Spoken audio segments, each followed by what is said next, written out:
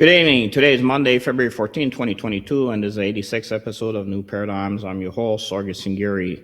Before we begin our podcast tonight, I do want to take this opportunity to wish everybody out there a happy Valentine's Day. I hope that you had an opportunity, a chance to spend some quality time with your family and loved ones, and pray that every day will be the type of memorable feelings that you can have as is today. My honored guest today is coming to us from Ukraine. He is my dear friend, Chuck Holton. Chuck is a U.S. Army veteran of Operation Just Cause in Panama and also a former member of the 75th Ranger Regiment.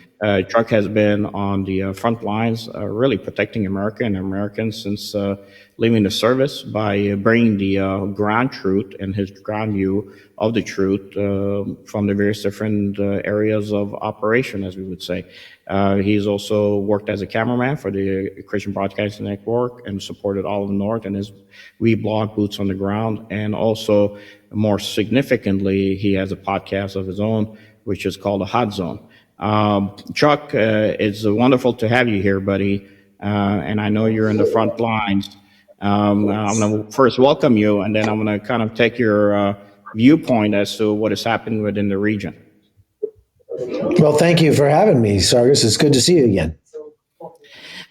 Chuck, before we start today, I know that Boris Johnson was asked a number of questions. I'm going to start with those questions first, that video, and then I'll give you my impressions on it, and then let's see where we are with the conflict today. Well, I think the evidence is pretty clear. You've got about 130,000 troops massing on the Ukrainian border. There's all sorts of other signs that show that there are serious preparations for an invasion, and we've got to respect that. We've got to realize that this is a very, very dangerous, difficult situation. We are on the edge of a precipice, but there is still time for President Putin to step back. And what we're urging is for everybody to engage in dialogue, for a conversation to take place, and for the Russians to avoid what I think certainly everybody in the UK can see would be a disastrous mistake, disastrous for Russia. Do you think an invasion could be hours, days away? The signs are, as you've heard from President Biden, that they're at least planning for something that could take place as early as in the next 48 hours. That is extremely concerning, where what we need to do is make sure that President Putin understands the economic consequences, the political consequences of doing this. And I think what needs to happen is that the world needs to learn the lesson of 2014.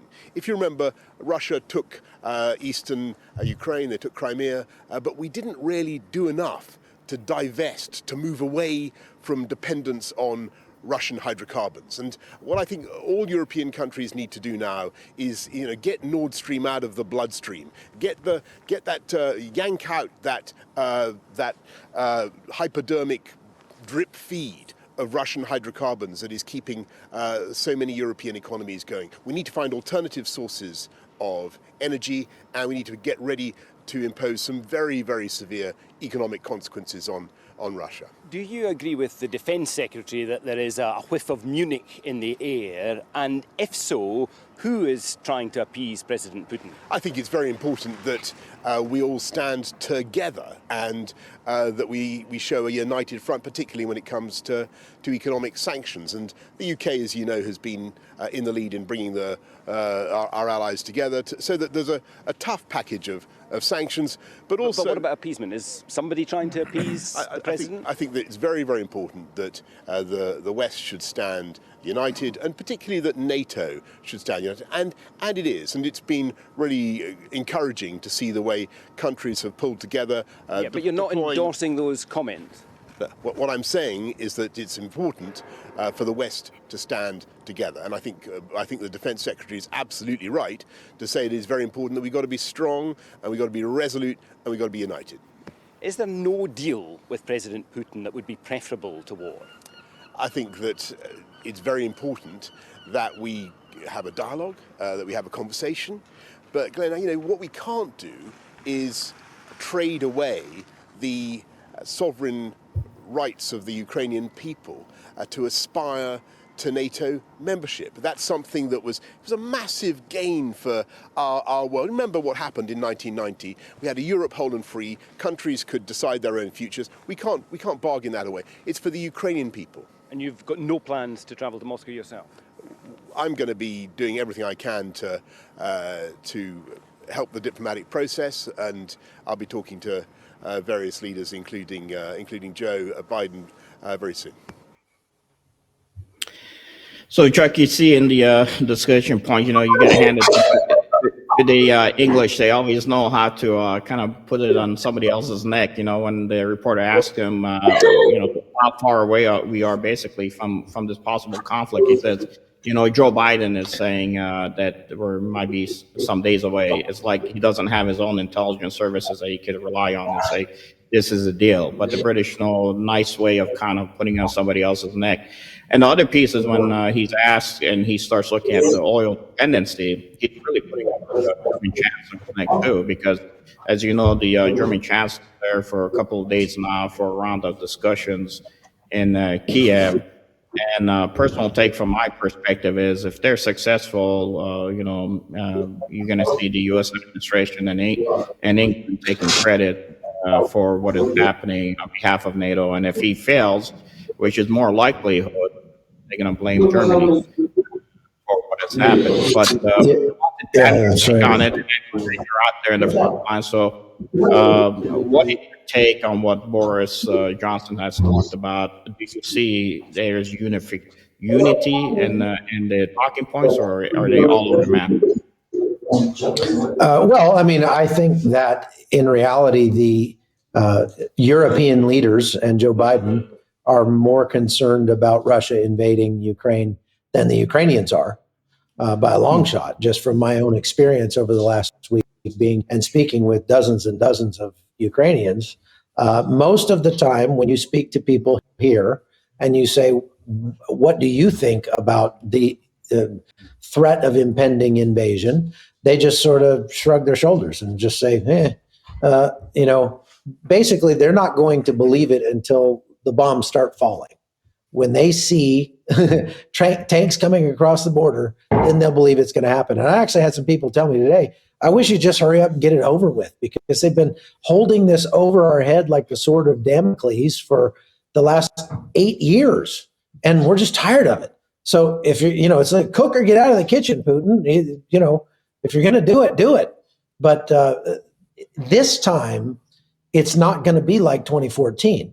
If he decides to invade, it's going to be very costly for him, not just in the sanctions that the world stage will put on him, not just in the way he'll go down in history as a bully, but in the true human cost that will be taken out of his military by a much more prepared and better armed Ukrainian military that is not going to back down.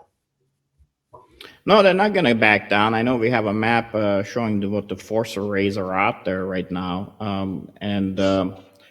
If you could kind of talk about this a little bit, and then as far as your location, where you're right now operating out of, and then maybe we could talk about why is there a hybrid warfare already taking place? Has that already started? Is that enough to achieve what Putin's trying to achieve? Right. Well, if Putin was really playing 4D chess here, probably what he would do is would wait until the deadline passes that Joe Biden put on this, that Wednesday at 4:29 p.m. or whatever, that they're gonna have this massive invasion, and then just send his troops home and say, do what he said he's going to do all along. He said all along he does not have plans to invade the Ukrainian nation. He said all along that this is meant specifically to send a message to the West, and so he's not even threatening Ukraine per se. He's threatening the West and saying, we will not stand for a NATO country on our border, touching our border again, because NATO has already gobbled up 14 of the former Soviet republics. And he's saying, Ukraine is special to Russia. Because if you read the article that Vladimir Putin wrote back in July of last year about this, he made a very clear case that Ukrainians and Russians are the same people. Russia, the original ancient Rus, originated in Kiev, where Kiev sits today. And so it's very special to us. We consider them our people, just like you would have Canada and the United States.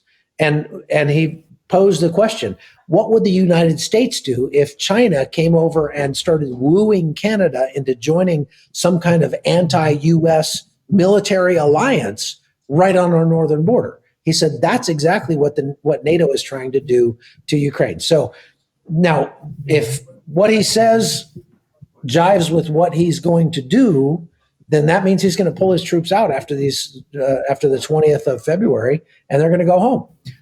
I guess it remains to be seen if he's bluffing or not. But one thing that you brought up with that asymmetric warfare, that sort of distributed warfare, yes, they are already at war with Ukraine.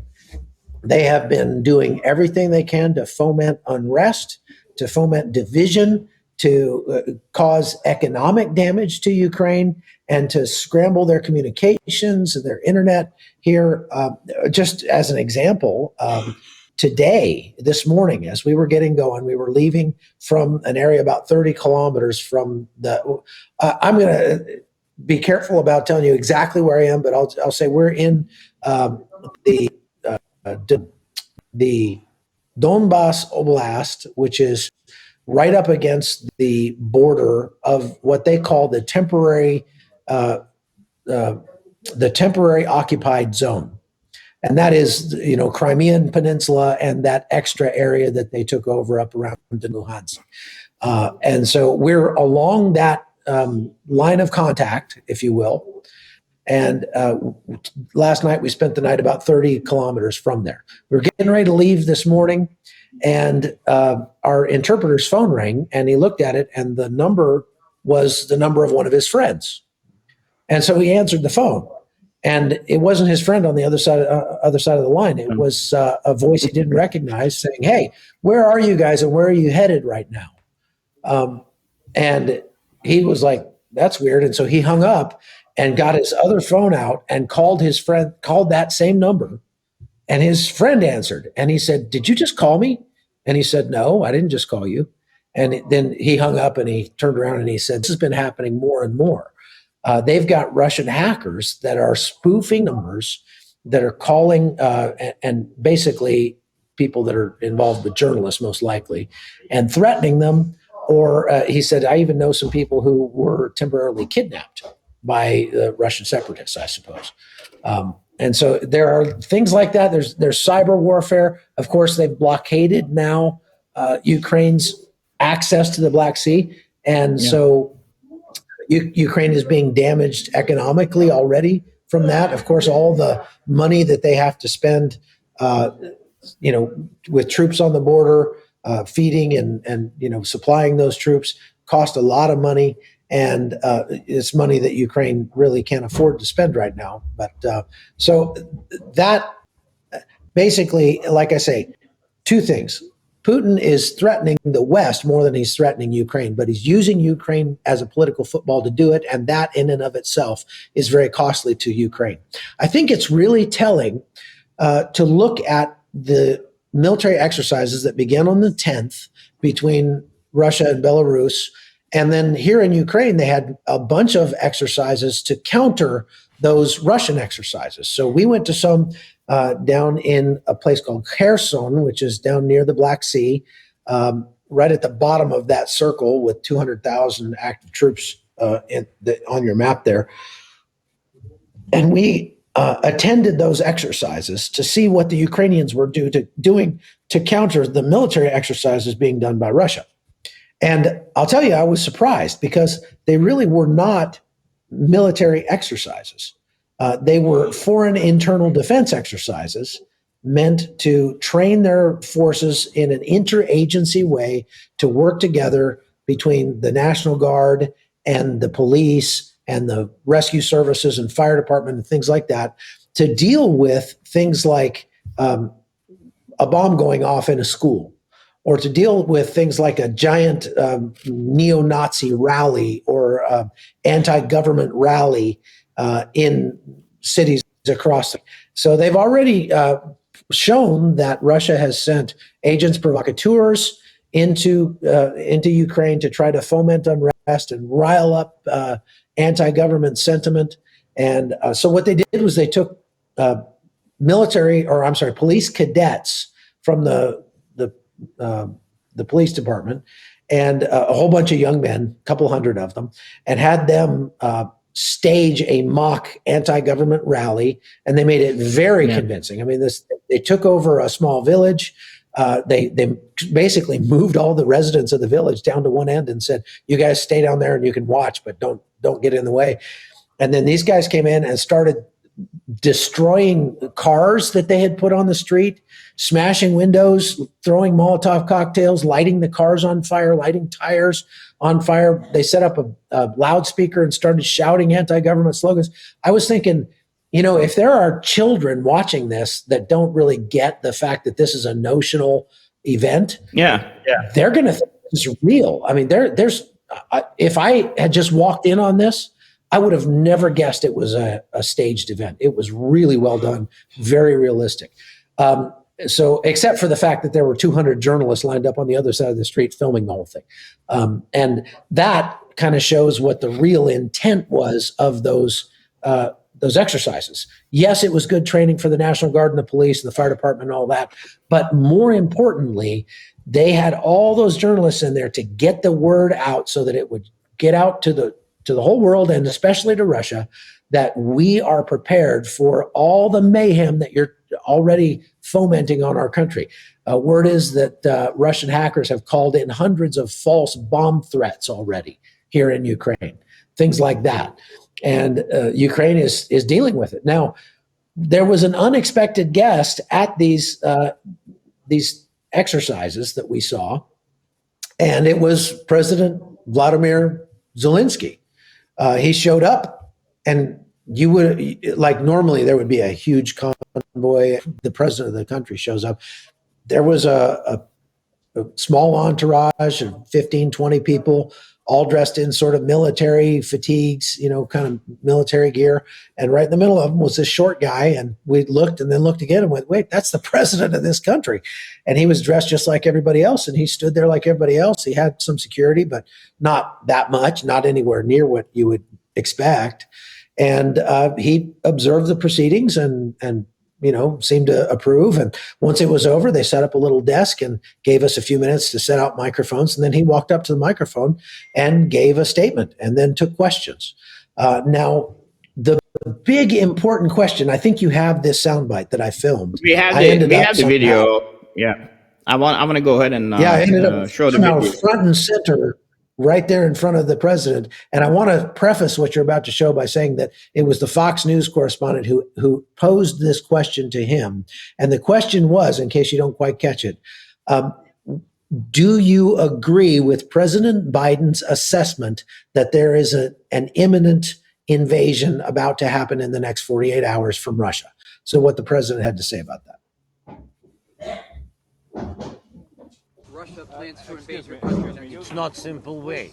That's why I can't answer you very simple. You understand? It's not simple. It can be each day, like I said previously, from the very beginning.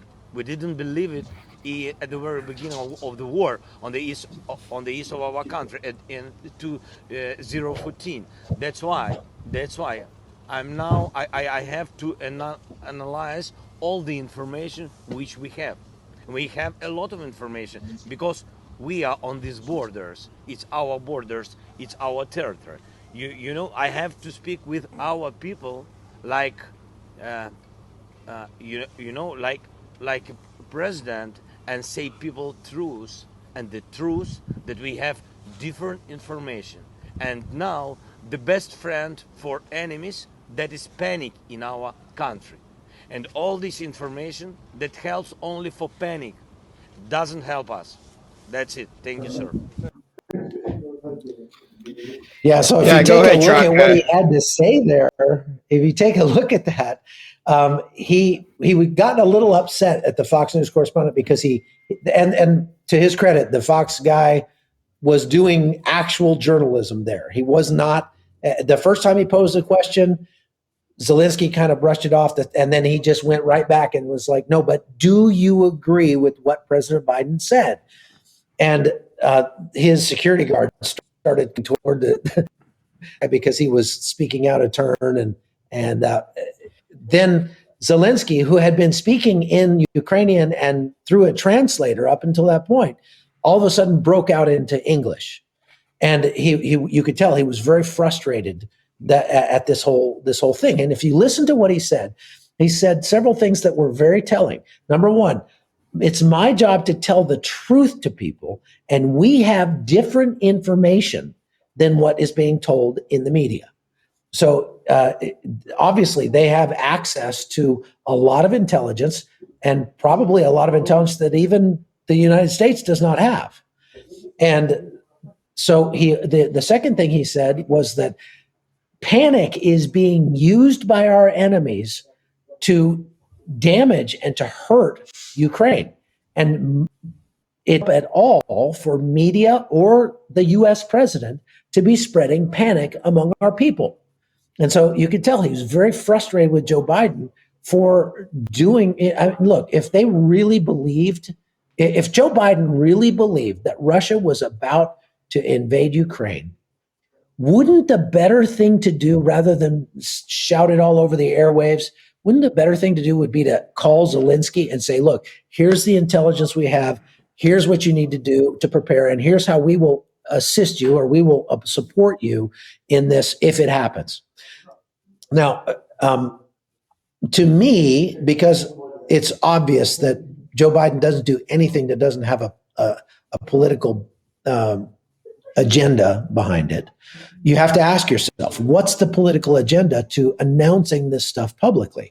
And I think it's just simply that he's made the calculation that if he says this, no matter what happens, if Putin attacks or if he does not, either way, Joe Biden gets to declare victory, declare that he either called it and the Russians invaded, or that by calling him out, that the Russians decided not to invade. And there's no way for the Russians to refute. If the Russians were never planning to actually invade, there's no way for them to refute that now. So it's like I say, if Putin were playing 4D chess, what he would do is just simply shut everything down on the 20th and send his troops home and say, what? I told you that's exactly what we were going to do. And so it remains to be seen whether or not that's going to happen. Now, all of that said, after having spent the day out here on the red line between the Russian separatists and the Ukrainian military, I can tell you that the Russian side is doing everything it can to provoke the Ukrainian military into a conflict. There are about 10 ceasefire violations on average every day in this region. And today was no exception. A smattering of indirect fire coming from the Russian side all throughout the day, just a few rounds here and a few rounds there, not really aimed at anything important. We did visit one combat outpost of the Ukrainians that said that a mortar round had landed very close to them and actually hit their building today. Yesterday, they say that one of those rounds did injure a couple of Ukrainians. Nobody died, thank God. So the Ukrainian military has been given very explicit instructions, we're told, not to fire back, no matter what the provocation, because it would be exactly what the Russians needed to launch some kind of incursion into areas that are currently held by Ukraine. But does that equate to a full-scale invasion? No, not necessarily. Now, maybe Vladimir Putin really doesn't care about the sanctions that the world is saying. I think what we are about to see happen over the next 48 hours will be a perfect measure for us of just how emboldened America's adversaries feel because they know that we have a weak president in the White House. And so if he were to invade in any way, it's simply and exactly because he has no fear of Joe Biden. But if he doesn't, then maybe that tells us that he fears the sanctions and he fears, all of the things, or he never had this planned in the first place. But like I say, this chess game of geopolitics is taking very real consequences for the people of Ukraine. And the people of Ukraine do not appreciate. I've not talked to anybody who appreciates the things that Joe Biden has been saying, that the Biden administration has been putting out, because there are two kinds of people in Ukraine. Those who did not need Joe Biden to warn them that the Russians might invade, and those who have already left because of the security situation and therefore didn't need Joe Biden to tell them he was going to invade. The changes that we've seen in the last 24 hours are that some people, because of all of the press that's been given to this pending end of the world disaster that the media keeps pushing, is that some Ukrainians are starting to, I know our translator here, Konstantin, his friends and family have started calling him because they live very close to that red line down in the south, and he's saying one of two things. About half of them say, where do you think we should go if something does actually happen? The other half say, where do we bring the guns and where does the fight start? So they're ready to shoot back. And that, I think, perfectly encapsulates where the minds of the people are right now. Thanks for that detailed breakdown. Look, for the people who said that Putin to Ukraine, when I looked at the numbers of how many people lived in Iraq, which you and me have been there multiple times, and how many people live in Ukraine, it's enormous. The numbers of populace in Ukraine is, triple the number that we had initially in Iraq. The entire planet, assisted the United States, and we couldn't control Iraq. So how is it possible that Putin's going to be able to control Ukraine by himself with all the, nations of the UN against him?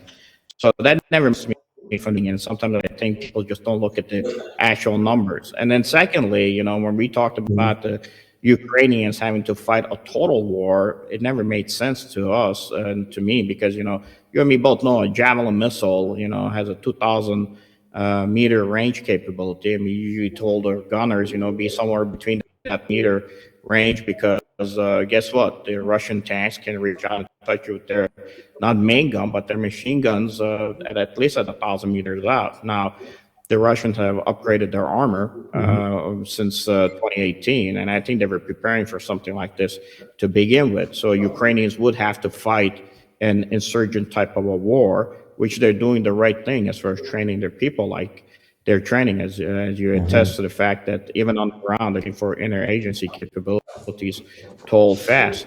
I do know that we asked a question, and for our audiences, if they look on the bottom, NATO or saving the EU, really, it's maybe I would ask the question this way. Do you think that Biden just doesn't really care about Ukraine anyway, and he's using Ukraine as a means to push Russia into a position to possibly either strengthen NATO or UN more than they were, or maybe help the EU when to channeling its ability to maybe look for alternative fuels, as even Boris Johnson was saying? Do you think this whole thing kind of have a smattering of wag the dog to kind of push an agenda for helping the EU and the NATO, which you would need to have an antagonist, in this case, Russia, be there? If that's the case, then my question would be, do the Ukraine get a deal between the Russians and maybe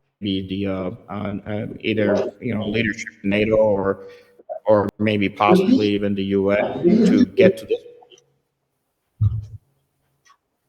Well, I mean, you kind of have to wonder. I mean, obviously, the Biden administration doesn't do anything without an agenda. Everything they do is to push their agenda.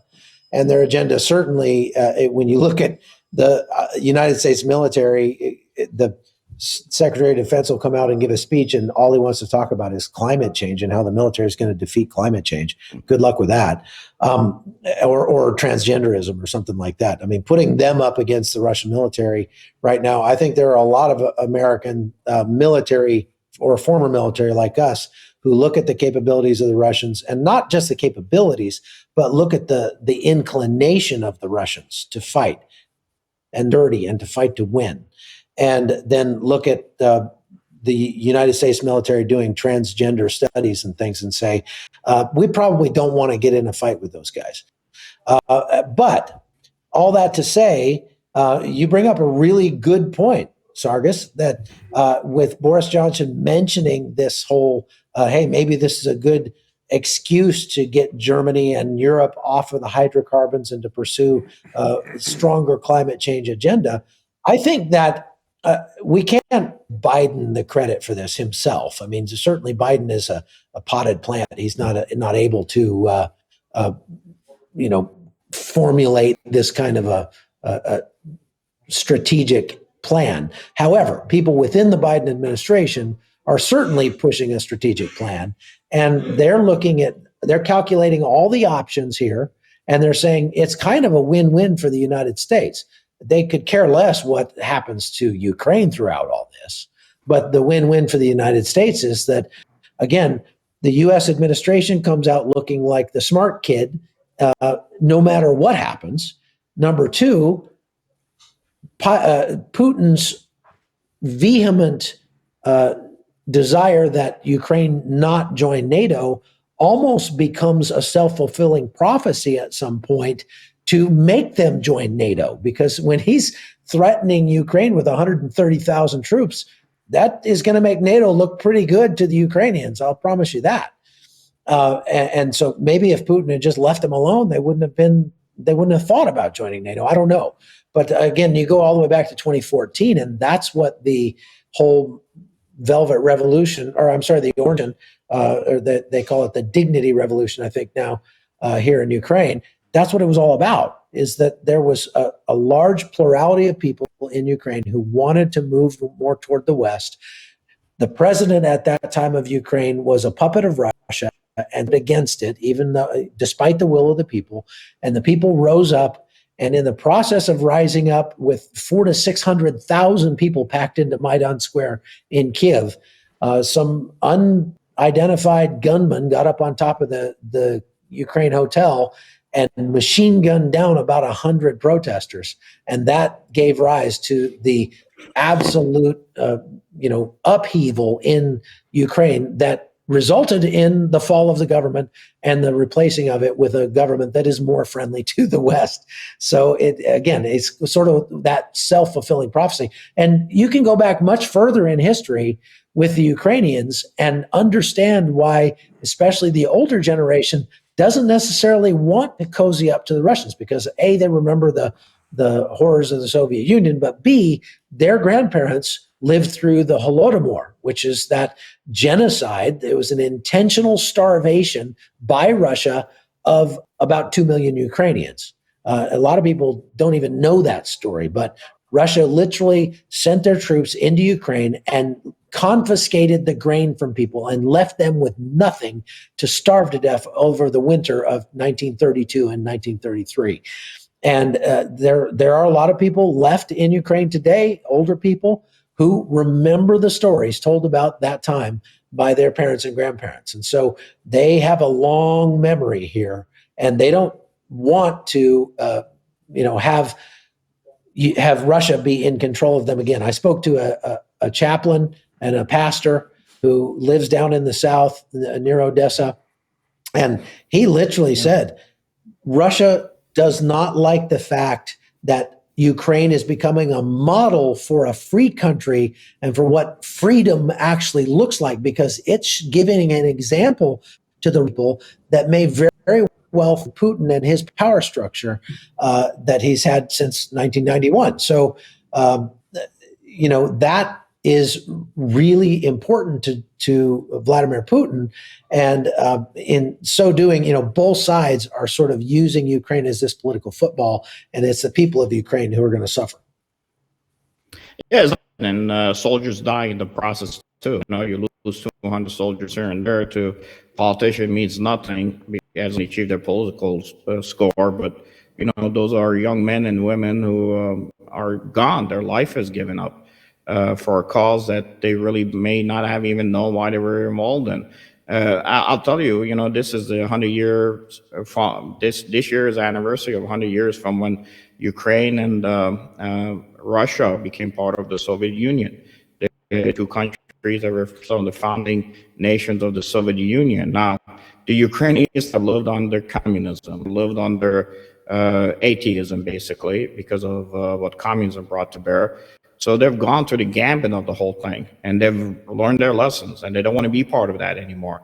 Now they want to try to experiment with what the West has to offer them and give them, and it's a natural inclination to be able to push that direction. And I think, unfortunately, they're caught in a position where, Russia needing to stay strong because it's really being squeezed by the Chinese Communist Party globally, and then maybe the West realizing that if you don't have an enemy, NATO is going to fall apart. If you don't have an enemy, EU is going to be lost, because EU was being lost really more to the influences of the Chinese,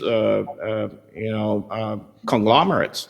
And maybe something like this kind of will buffer it, because even the action that Russia recently took in the Southern Caucasus, if they hadn't gotten in there and been able to restore themselves, even as yourself, with Russia somehow finding its way to move into the Nagorno-Karabakh and becoming a broker in the Southern Caucasus again there with Armenia and Azerbaijan, now it's put the pressure on those Southern Caucasus to be close to Russia, because even if they had remained neutral between the Chinese Communists Belt and Road, and not been aggressive towards them, Russia would have lost. So I think Putin has made the calculation that I'd rather be in this position to be able to reinforce what's about to happen to the Russian mainland, and what's going to happen to Russia over the next decade, and maybe indirectly is going to help somehow this so-called unity of NATO becoming stronger, with the EU pushing back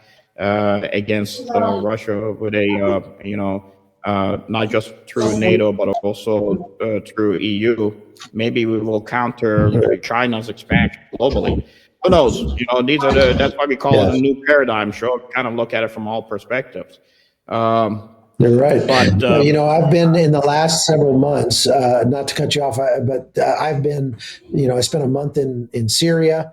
I've been to Armenia and the Nagorno-Karabakh 4 times in the last year. And now I'm here in Ukraine. And I can tell you that I think if Putin had a personal motto, it would be a line from an old Tommy Boy movie that said, if you're either growing or you're dying, there ain't no third direction. And he is obviously pursuing an expansionist global policy. He's obviously pursuing power politics to counter Turkey specifically, and China, as you say, and of course the United States, and is doing so very aggressively. So he's sent troops. When I was in Ain Issa in November in northern Syria, there were Russian troops all over the place. There were Russian attack helicopters flying combat patrols all throughout that region. And they obviously are everything they can to have a heavy-handed influence in there to counter what Turkey wants to do, basically, a resurgence of ISIS. Now, in the Nagorno-Karabakh, they didn't just go in and broker a ceasefire. That would have been too easy. They could have done that in the first 2 days of the war. They let the war go on for 44 days and have over 5,000 Armenian young men be killed, and led up to the point where it was really on its back, and it was just about to lose what they call Artsakh, their ancestral homeland in the Nagorno-Karabakh. And that would have been absolutely devastating for that country. And they could have even lost all of Armenia. I mean, both Turkey and Azerbaijan were saying, we're going to crush the entire country of Armenia and wipe the whole thing out. And then Russia waited until they really had no other option. They had completely been destroyed. And then they came in and offered a handout to them. Again, there's a real cynical aspect to the way that Putin is managing this expansionist policy that he has. It's kind of disgusting to see. He is a bully. He is certainly ruthless, without a doubt. And I've always said that the Chinese national motto should be: if you're not cheating, you're not trying, and if you get caught, you're not trying hard enough. I think if you were to apply that to Russia, it would just simply be: if you're not cheating, you're not trying, and we don't care if we get caught. They don't have any compunction whatsoever. No, I don't think they do. And frankly, I don't think they're worried about sanctions. That's what's the most. Look, 40 years we've been sanctioning Iran, and Iran was able to take us to the negotiation table and strike a deal, okay, against all the Western nations sitting across the table from.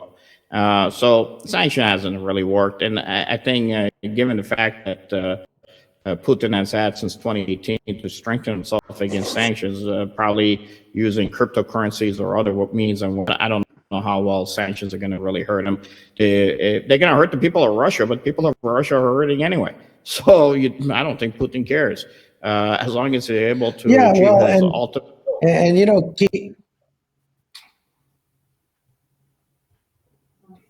Go ahead, buddy. Go ahead. Sorry, there's a bit of a delay there.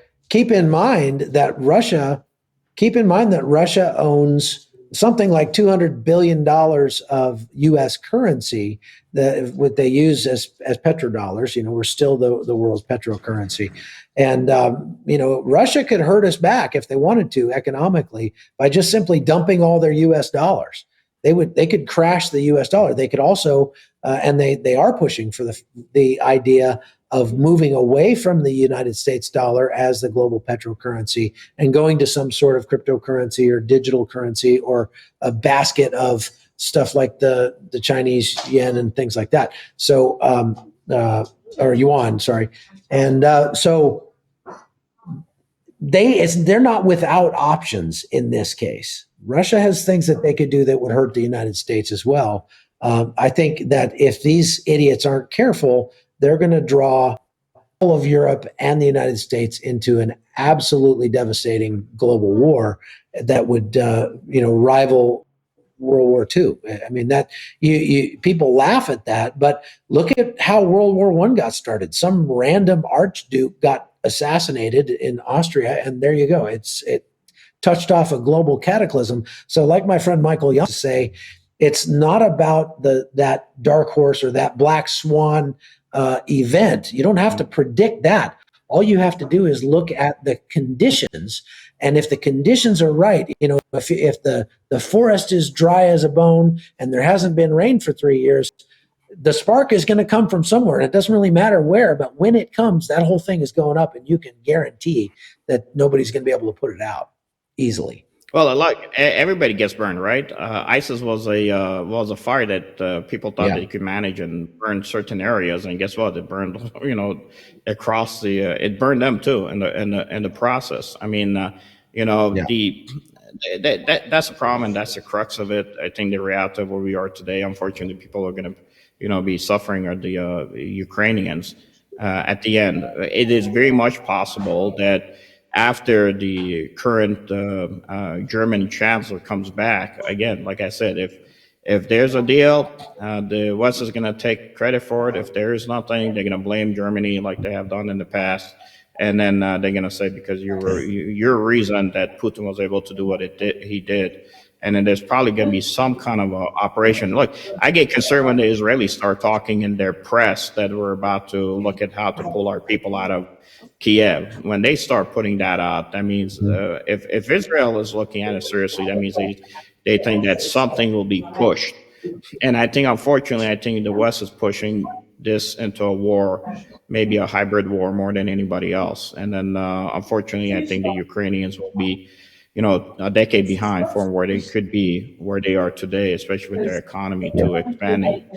Chuck, I know you got other things you got to take care of. I won't keep you online. I want to give you the last word, and then from there, kind of let people know how they could get a hold of you and read, some of the writings they have out there. And just stay safe, and we'll see how it goes.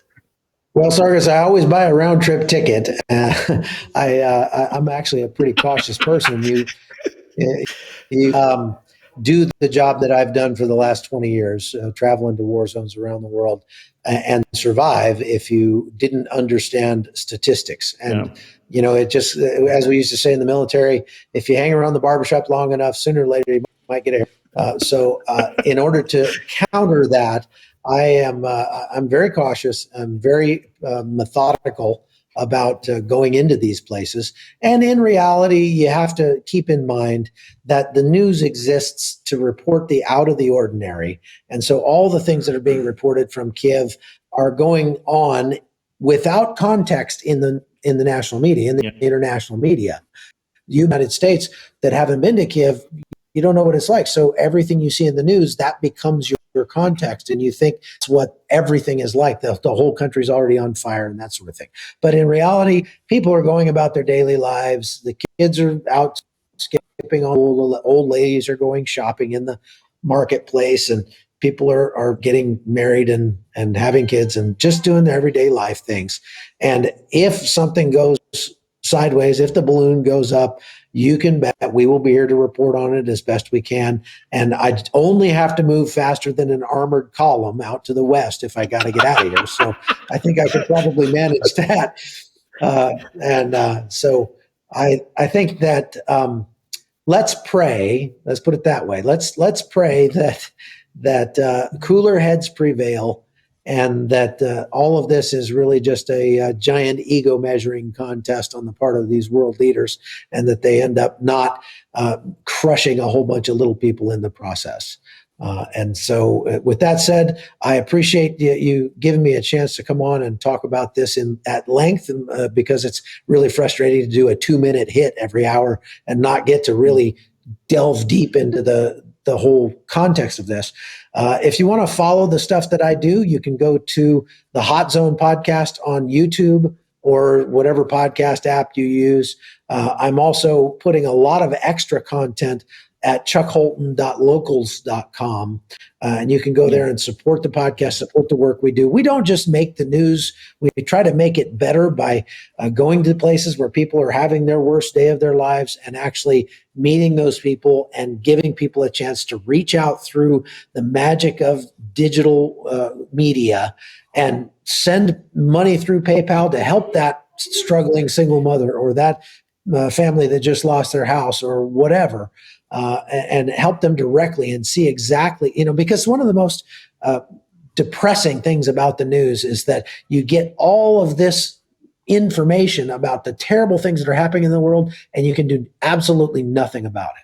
So my podcast, we try to change that a little bit and give people an opportunity to actually reach through the podcast and reach directly into the lives of the people who are being affected by these crises and help them directly. And then we give them their Facebook profile or their Instagram, and they can follow them for years to come after that. It's a really cool model I think we've built with that podcast.